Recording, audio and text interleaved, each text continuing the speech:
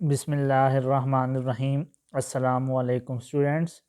आज हम न्यूमेरिकल 8.3 की तरफ चलते हैं। 8.3 न्यूमेरिकल है calculate the increase in length of aluminium bar 2 metre long when heated from 0 to 20 centigrade. हमारे पास एक एल्युमिनियम का बार है जिसकी लेंथ हमारे पास 2 मीटर है। ये हमारे पास एल्युमिनियम का एक रॉड था जिसकी यहाँ से यहाँ तक लेंथ कितनी थी, 2 मीटर।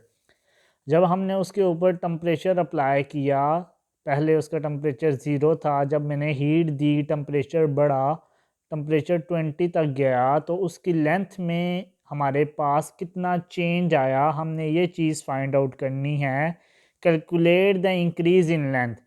हमारे पास 2 मीटर लॉन्ग एलुमिनियम का बार था, जब मैंने उसे टम्परेचर अप्लाई किया तो उसकी लेंथ में कितना चेंज आया, यहाँ से यहाँ तक उसकी लेंथ में चेंज आया। हमने ये फाइंड आउट करना है कि जब मैंने उसे टम्परेचर दिया उसकी लेंथ में चेंज आया। और साथ दूसरी बात बताई हुई है, if the thermal coefficient of linear expansion of aluminium is 2.5 into 10⁻⁵ पर केल्विन। अगर उसका थर्मल कोफिशेंट हमारे पास एलुमिनियम का 2.5 10⁻⁵ हो।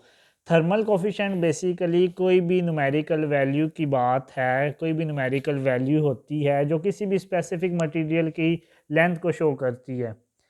अगर मेरे पास एक एलुमिनियम का रॉड है, एक मेरे पास गोल्ड का रॉड है, जब मैं इसे हीट अप्लाई करूँगा, इसे टेम्परेचर दूंगा, तो उसकी लेंथ में जो चेंज आता है वो चीज़ हमें थर्मल कोफिशिएंट बताती है। ये साइंटिस्ट ने एक्सपेरिमेंट्स के थ्रू इनकी वैल्यूज़ मेजर की हुई हैं। जब भी हम किसी मटेरियल को टेम्परेचर देते हैं और उसकी लेंथ में जो चेंज आता है और जो उसकी लेंथ को एक्सपेंड करता है, तो हम उस चीज़ को थर्मल कोफिशिएंट कहते हैं। तो सबसे पहले गिवन डाटा लिखते हैं। थर्मल कोफिशिएंट पीछे टॉपिक भी है, इस पे भी डिटेल वीडियो मैं बनाऊंगा। ओरिजिनल लेंथ हमारे पास एलुमिनियम बार की कितनी थी, उसको एल नॉट से रिप्रेजेंट किया, 2 मीटर लॉन्ग था। Coefficient of linear thermal expansion हमारे पास, लीनियर थर्मल एक्सपेंशन के कोफिशिएंट को हम अल्फ़ा से डिनोट करते हैं और वो हमारे पास गिवन है 2.5 इंटू 10⁻⁵।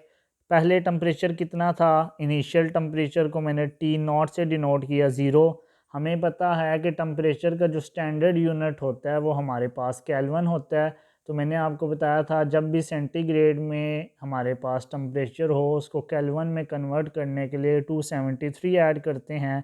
तो 0 था, 0 प्लस 273, 273 के आ गया। फाइनल टेम्परेचर कितना था, 20 सेंटीग्रेड। तो 273 ऐड किया, टी के temperature in kelvin is equal to C plus 273। ये मैं न्यूमेरिकल भी आपको करवाया था। यहाँ पे हमारे पास सी प्लस 273 था। जब भी हमारे पास अगर टेम्परेचर सेल्सियस में हो, केल्विन में कन्वर्ट करना है, तो 273 ऐड करते हैं, 293। अब मेरे पास मैंने बताना है चेंज इन टेम्परेचर कितना है। तो चेंज इन टेम्परेचर को डेल्टा टी से डिनोट किया और उसका फार्मूला होता है final minus initial temperature. Final temperature कितना था, 293, माइनस इनिशियल कितना था, 273। बेसिकली यहाँ से भी हमें पता चल रहा है कि टेम्परेचर में चेंज की कितना आया, 0 से 20 तक गया तो 20 केल्विन का चेंज आया। हमने फाइंड क्या करना था, increase in length delta L को हमने फाइंड आउट करना था कि इसकी लेंथ में कितना चेंज आया जब मैंने इसे एक स्पेसिफिक टेम्परेचर दिया। तो हमने फार्मूला पढ़ा था लीनियर थर्मल एक्सपेंशन का, alpha is equal to delta L divide by L not delta T. ये हमारे पास फार्मूला था। We have to find out the value of delta L, हमारे पास उसकी लेंथ में कितना चेंज आया। तो आपको ये बात पता होनी चाहिए कि जो चीज़ हम न्यूमेरिकल में फाइंड आउट करते हैं उसे एक तरफ ले जाते हैं। तो हमने डेल्टा एल की वैल्यू फाइंड आउट करनी है, तो इसके नीचे एल नॉट डेल्टा टी क्या हो रहा है, डिवाइड हो रहा है। जब इसे मैं दूसरी तरफ लेके जाऊंगा तो ये इसके साथ मल्टीप्लाई हो जाएगा, तो क्रॉस मल्टीप्लाई हुआ। Alpha L not delta T is equal to delta L. Just we have to put up the values here, यहाँ पे वैल्यूज़ पुट अप करनी है। अल्फ़ा की वैल्यू हमारे पास कितनी थी, 2.5 इंटू 10⁻⁵, ये मैंने पुटअप कर दी। एल नॉट कितना था, ओरिजिनल लेंथ 2 मीटर, ये मैंने पुटअप कर दिया। डेल्टा टी कितना चेंज आया था, 20। जब इन सारों को कैलकुलेटर से मैंने सॉल्व आउट किया तो मेरे पास आंसर आया 1 × 10⁻³ और हमें पता है कि लेंथ का जो स्टैंडर्ड यूनिट होता है वो हमारे पास मीटर है, तो हमारे पास ये मीटर आ गया। यहाँ तक भी आप आंसर लिख सकते हो, लेकिन मैंने बुक को फॉलो करना है और बुक में उसने आंसर सेंटीमीटर में लिखा हुआ है। तो एज़ वी नो दैट जब भी बड़े यूनिट से स्मॉलर यूनिट में जाते हैं, मीटर एक बड़ा यूनिट है, सेंटीमीटर छोटा यूनिट है। whenever we need to convert bigger unit into smaller unit we need to multiply। अब 1 मीटर में हमारे पास 100 सेंटीमीटर होते हैं, तो मैंने यहाँ पे 100 सेंटीमीटर से क्या किया, मल्टीप्लाई कर दिया। अब आपके माइंड में ये आना चाहिए कि 100 से क्यों किया, तो हमें पता है 1 मीटर में 100 सेंटीमीटर होते हैं, और मल्टीप्लाई ही क्यों किया है, क्योंकि मीटर एक बड़ा यूनिट है, सेंटीमीटर छोटा यूनिट है। बड़े यूनिट से छोटे यूनिट में कन्वर्ट करते हैं तो मल्टीप्लाई करते हैं।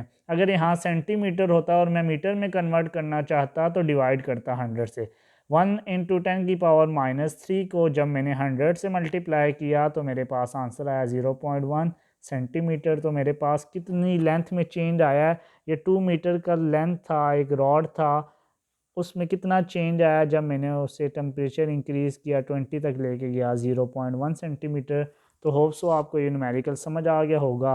अगर आपको कोई भी डिफ़िकल्टी हुई तो आप कमेंट बॉक्स में मेंशन कर सकते हैं। Thank you so much. अल्लाह हाफिज़।